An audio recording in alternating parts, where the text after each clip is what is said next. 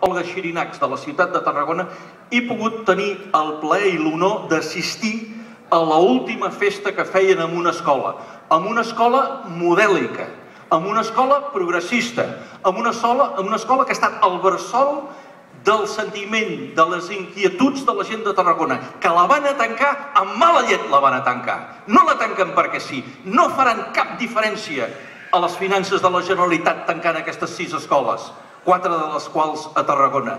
No ajudaran en res a les finances d'aquest país. Simplement han buscat simbòlicament i traient els números d'un barret, tanquen 6 escoles. Casualitat que la meitat d'aquestes escoles són escoles premiades, són escoles d'una educació d'alta qualitat amb uns projectes envejables. No és casualitat. En política res és casualitat.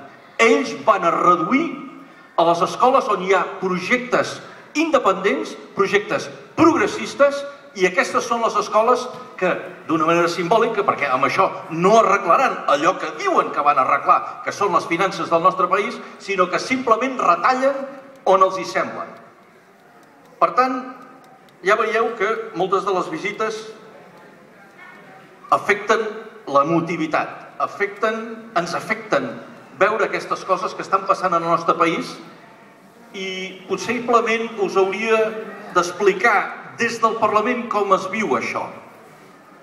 Doncs quan veus la gran majoria de parlamentaris i de grups parlamentaris ho viuen amb una indiferència manifesta, però manifesta, una indiferència brutal.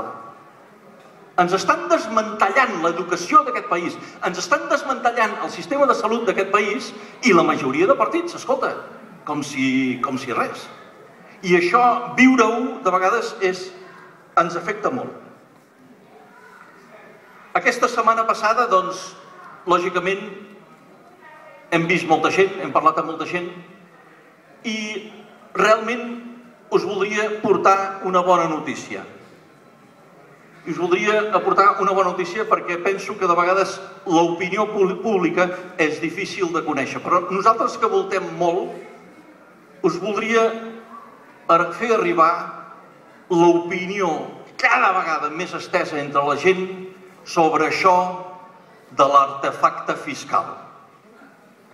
L'artefacte fiscal és una cosa que no se la creuen ni ells. No se la creuen ni ells. I si se la creuen, que es retirin de la política seriosa ara mateix, perquè això és una enganyifa que no té nom. Què ha estat la història dels últims 5 anys d'aquest país, sinó la negació repetida amb tot el tema de l'Estatut, que l'Oriol va viure en primera persona des del Parlament? Què ha estat la història d'aquest país dels últims 5 anys, sinó la negació directa de que res d'això sigui possible? Què pacte fiscal ni què hòsties? Això és una enganyifa. I cada vegada més, no som nosaltres que ho diem, que també, t'ho diu la gent. I t'ho diu la gent d'un perfil cada vegada menys polititzat, perquè la gent té nas i la gent no es burra, i la gent ho veu, que això és una enganyifa.